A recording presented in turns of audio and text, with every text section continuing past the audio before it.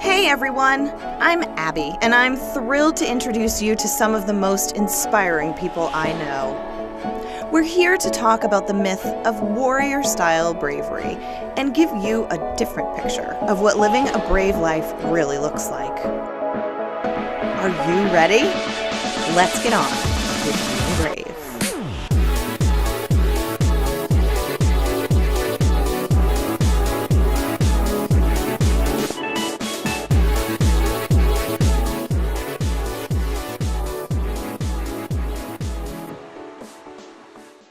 Hey everyone, welcome back. It's another episode of Being Brave with Abbie McG. Today I have with me an incredible inspiration for all the parents out there. Sarah MacLaughlin is a parenting coach and an author. She wrote a book that is called What Not to Say, Tools for Talking to Young Children. So I'm sure that she's going to have a lot of advice for all the moms and dads out there who are struggling with learning how to talk with their young children. I have a son who's 11, and so I've been through a few of these conversations myself. So thank you so much for being here today, Sarah. I also want to make a note that Sarah was a writer for Parent and Family magazine for many, many years, and she's read just about every single book and blog that has to do with parenting. So when it comes to parenting topics, she's definitely the one to talk with. Her mission is to help parents and children understand each other better so that they can have more fun. And that's really one thing that I think we've lost from parenting is we should be having fun. Yes, this absolutely. Is supposed to be good. Yes, yeah, absolutely. So thank you so much for being here. My I'm pleasure. Excited to talk with you. So you deal with a lot of parents who are have young children who are going through a lot, and but I want to know a little bit about who you were when you were a kid, and what kind of parents you had, and what you were up to during those formative years. So I was kind of a shy and more introverted child than I am now. Many people probably wouldn't guess that. I didn't want to be the center of attention. I didn't want people to look at me. Mm-hmm. I sucked my thumb in grade school. Like, I was a little nervous. Yeah. And I was raised by hippies. So, I had sort of this very laissez-faire kind of attitude towards me where we would just kind of run wild and do our thing. And it was mostly benign neglect. Like, I think that's an interesting term to say, benign neglect. Talk to me about that. What does that mean? Well, it just means that in some ways it's good to let kids figure things out on their own. Yeah. Because it does build resilience and it builds skills. But I also think that it can cross a line, and that kids, because their brains are developing and they're learning new things all the time, that it is important and helpful for parents to kind of touch in, and I don't think that I got enough of that probably. Mm-hmm. Mm-hmm. So I had some work to do by the time I got to be, a young adult. So the epigraph of my book is from a local educator called Pam Leo, and the quote is, let's raise children who don't have to recover from their childhoods. Because I kind of felt like I had to recover from my childhood, and I know a lot of people do. I didn't have the worst childhood. I also had some challenges, or as the social workers would say, some adverse childhood experiences. And all the research really shows that those do affect outcomes. They affect how we feel about ourselves. They affect how later when we become parents, how we're able to cope with challenges. And so, that's really one of my goals, to help parents, raise kids that don't have to recover from their childhoods. I love that. Yeah. So how did you get into this whole parenting thing? Especially, I know that many of us go to college and we're told we've got to come up with what's our major, what are we going to get a degree in, and what do we want to do with the rest of our lives? But I know that it doesn't always pan out on the path that we thought. Yeah, so how did you get into all this? So I always have loved young children. So I was the 10-year-old girl who was hanging out with my neighbor who had 3 little kids. She must have loved me. Now as a mom, I'm like, oh my gosh, if I had a 10-year-old living next door when I had a baby, right? I was just over there all the time, playing with her kids, helping out. I just think that kids are so fun, and I think that they're really They arrive really connected to who they are, and I love that about them. And so I have always wanted to be around kids. So my first major was early childhood education, and I did teach preschool for a number of years. And then as I was moving through the field, I heard grown-ups talking to kids in ways that just made me cringe. And so, and you know, now as a parent, I know why that happens more. As a teacher, it was much easier because you go home at the end of the day and recharge your battery. And I have a whole new appreciation, obviously, now that I'm almost 10 years into parenting myself. But I wanted to bring awareness to the fact that how we talk to children is how they see themselves. And so there were so many kind of knee-jerk things that parents would say that just honestly were bothering me. And so I kind of started a laundry list, and that's what turned into the book and how I ended up here by a couple more twists and turns. But wow. Yeah. So it was really just a list of kind of observations that then turned into, here are the things that really we shouldn't be doing and saying, and here are the real reasons why. Yeah. That's so cool. Yeah, just seeing that there's a better way too, you know, to get the results that you want. Like all parents and teachers really want kids to enjoy life, but we also sometimes need them to do things on our timetable. And having a good understanding of child development is so important. Like all 1-year-olds are gonna try to explore, all 2-year-olds are gonna tell you no. Like some of these things are just cyclical developmental things. And a lot of parents don't have that information either. You know, not everybody goes to school for early childhood education, and we have so much information at our fingertips, but I think that it gets to be a little bit of a saturation point. And so helping parents kind of sift through a mix of like what feels right to them and also what makes sense with what we know about development and brain science. Well, and I would guess that a lot of your work with coaching is really talking with parents about their own childhood and kind of the things that they bring with them. I mean, I had the most incredible parents, and I'm still very, very close with my parents. And of course, you know, everybody makes mistakes and whatever. But I feel like when I was ready to become a parent, I kind of knew the basics, and I had done psychology classes and young education. Yeah. So I had a little bit of an understanding about brain development and kind of what to expect at every place. But oftentimes we fall into being parents, and then all of a sudden we have to figure out how to do that, and the only skills that we have to pull from is what we've been taught. Yeah. So that must be kind of fun to help people navigate that whole thing. Yeah, well, I mean, the cool thing is that we have this really new brain research that really is quite new. Like it's based off of fMRI technology, which has only been around for about 20, maybe going on 30 years, that we know how children's brains develop and wire. And the fact that we want them to be able to have self-control at times when they just literally don't have the structures in their brain they just literally can't. And so that like takes the load off, and you know, everybody parents in a fishbowl now too of being observed and judged, and you know, like 100% of parents feel judged, and yet, you know, that's not helpful. That doesn't help parents feel relaxed and connected to their kids, because ultimately we want to have good relationships with our children, right? Like we want them to grow up into people that we love being around, and we want them to want to be around us too. And the old authoritarian, like do as I say model is not like a relationship happy model. And so, just doesn't but work. then, you know, parents are like, well, I'm not going to be authoritarian. I'm not going to be, you know, permissive. What am I going to do? And helping find that middle ground that fits with brain science. That's like, you know, sometimes you just have to like hold the boundary, hold the boundary, hold the boundary. They're still not going to be able to control themselves, but eventually they will. Like the answer to immaturity is time, not any parenting strategy. Not any, honestly, thing that you say differently, but sometimes what you say to yourself is more important than what you say to your kids.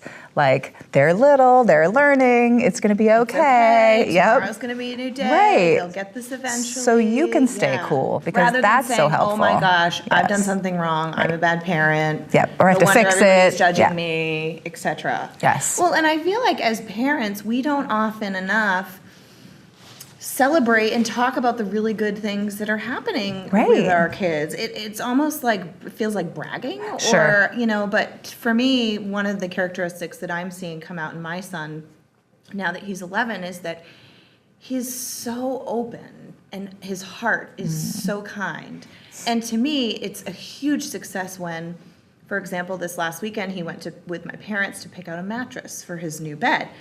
And he really connected with the sales guy. And the sales guy, had something going on. But my son just reached out to my dad and said, we should get online and we should write a review for him. We should write a note to his boss to let them know how helpful. And to me, that's success. Now, the whole last week at school was a mess because he wasn't complying with all the, these things that are put into place for him. But when it comes down to it, I want him to know that, to me, his heart and his kindness is much more important than you getting this thing done on time or that thing done on time. Yeah. So I feel like we don't talk enough as parents about those little successes. Yeah. And we're also ashamed so often about the things that are happening with our kids that we don't reach out for help necessarily. Yeah, sure.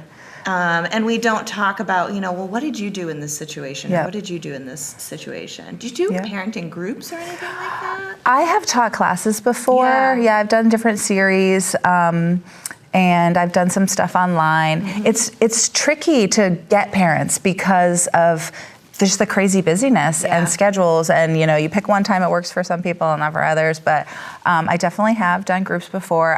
One of the first things I do is ask everybody to go around and just share like something that's going well and something that's a challenge, because even just by the end of doing that, even with a dozen parents, everybody's shoulders relax because we have so much information and we're so connected in some ways, but we're also really isolated. And I might not know that, like, oh my gosh, everybody who has a 2-year-old is like dealing with the same thing that I'm dealing with. Like, I had no idea this was normal. Like, is this normal? I ran a series once called Is This Normal? Because so many parents are like, wait, is this thing that my 4-year-old does normal? Like, sometimes kids do really, really weird stuff. That is just part, I mean, the things that comes out of their mouth. Found her son was keeping her underwear underneath her pillow and sleeping with it at night.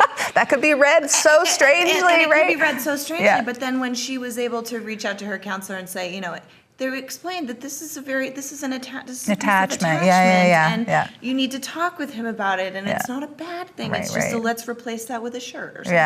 Right. Not understanding the. But she was mortified to tell anybody about it, and therefore it wasn't getting any help. So, all right. So it sounds to me like your really big mission in life is to connect parents with their kids so that the kids can then turn around and be better parents themselves. Yeah, sure. It's all cyclical, right? And that's the piece where if you it's really about helping parents learn how to coach themselves through tough moments, because, and this is where I'm not a therapist, so I don't delve a lot into parents' pasts, but I do acknowledge, like, almost every parent I ever sit with, I say, this what we're trying to do right now is not how we were raised. We didn't have parents who were like, go ahead and have big feelings. Feelings are just feelings. I will listen, and I trust that you will get your way through those feelings. Like, my initial response to big feelings that go on and on and on is to get like tense and worried and anxious and want to fix it. Like, and that is really typical of sort of the general parent body now. But we also intellectually know, and we know from this fantastic research, that what will help children build brains that know how to get big feelings is to work their way through big feelings with support. Right, and with that support. So but the first thing that the grown-up has to do is be able to stay calm and regulated themselves, because you can't fake calm. I stole that from my friend Leah. And you really just can't. Like, if I'm like, it's okay, dear, and I'm gritting my teeth and my body's tense, like, kids are totally dialed into our nonverbal. They get it. They're not listening to what we say. They're looking at our face. Are we scowling? Like, a lot of what I help parents with is to like learn the self-awareness for the nonverbal signals that they're sending, because they're easy to not be aware of, and our kids like totally hone in on them. And if your face isn't, as a Maya Angelou, I think, quote, if your face doesn't light up when your child walks in the room, like that's they know. They know. They totally know. Okay, so writing a book, even though it wasn't kind of your intention in the beginning to write this book, writing a book is a brave move. Like, that's big. I used to have this thought that anybody who wrote a book was just a narcissist because, quite frankly, like, who wants to read what I have to say? So funny. I'm starting to change my mind about That's that good. now. With the more authors I meet, there's this drive, and I don't know, do you know Elizabeth Gilbert? Oh, yes. So you've read Big Magic, and you know all about these inspirations that just kind of come out of it. And they hit you, and you just got to do it. But so writing the book was a really brave thing. So I will concede that. do you consider yourself a brave person? I do, yes. Good. And I love your premise of non-warrior style bravery. Yeah. I just love that because I was totally into warrior style bravery before, where the thing where it'd be like, shield maiden or I would just run towards it. Like, I would be totally counterphobic about it. Just like, I'm scared of that, so I'm gonna force myself to do it. I'm gonna grit my teeth, that whole like grit your teeth thing. And so again, that emotional intelligence piece of like, I'm gonna actually like unpack and feel the feelings of it so that I can integrate them, so that they become part of me, so that they aren't something that is always bothering me. Yeah. So I do think that I'm recalibrating my thoughts about bravery, and I think that it needs to be a little slower and a little more kind. Like the like, I'm just gonna steel myself and charge into the fire isn't the same as like being present with myself and walking into the fire. There's something about that mindfulness, and I think that that's awesome modeling for our kids to be brave in that way. That's so much more connected to who we are and how we actually feel. Because we ignore our feelings, that's really a huge part of who we are. And if we can't get comfortable with our feelings, good, bad, and the ugly, then our kids don't ever get the example of engaging with the good, bad, and the ugly. Absolutely. Yeah. Well, and I think that one thing that I try to do as a parent is to verbalize when I'm feeling certain feelings. So like, I am really scared right now, so that my son can hear, you know, fear is a natural thing. Fear is a natural thing, but I am going to choose to do whatever it is anyway. And I feel like that's just modeling for him that those moments of fear are going to come up. Acknowledge them. Sit with them. Feel it. But then the brave part is going through. Doing it anyway. Yeah. I love that. Yeah, I love that. Definitely. All right, lightning round. Are you ready? I think so. Your biggest gift. What do you think is the biggest gift My biggest that gift. you have that makes you So I think successful? that I fancy myself to have a good memory.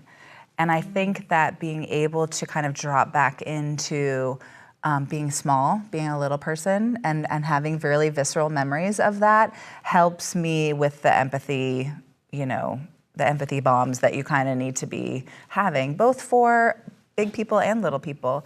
You know, it's just remembering what it's like to be in a tough space, to be frustrated, to be small and vulnerable. I think that helps me bring a lot of compassion to the work that I do. Absolutely. Yeah. So what are you most passionate about right now? Right now, I am most passionate about the same thing I've been most passionate about for ages, which is, you know, helping kids feel good about themselves in a way that's healthy and boundaried and emotionally intelligent. You know, it's come up online recently, this kind of backlash against the word entitled. You know, that the, you know, millennials are so entitled, and you know, I think it's important to push back on that. You know, it's not bad to be entitled about all things. You know, we're entitled to live good lives, to have friends, to, you know, be able to take care of ourselves. I think that resilience and entitlement, if they go together, are not a bad thing.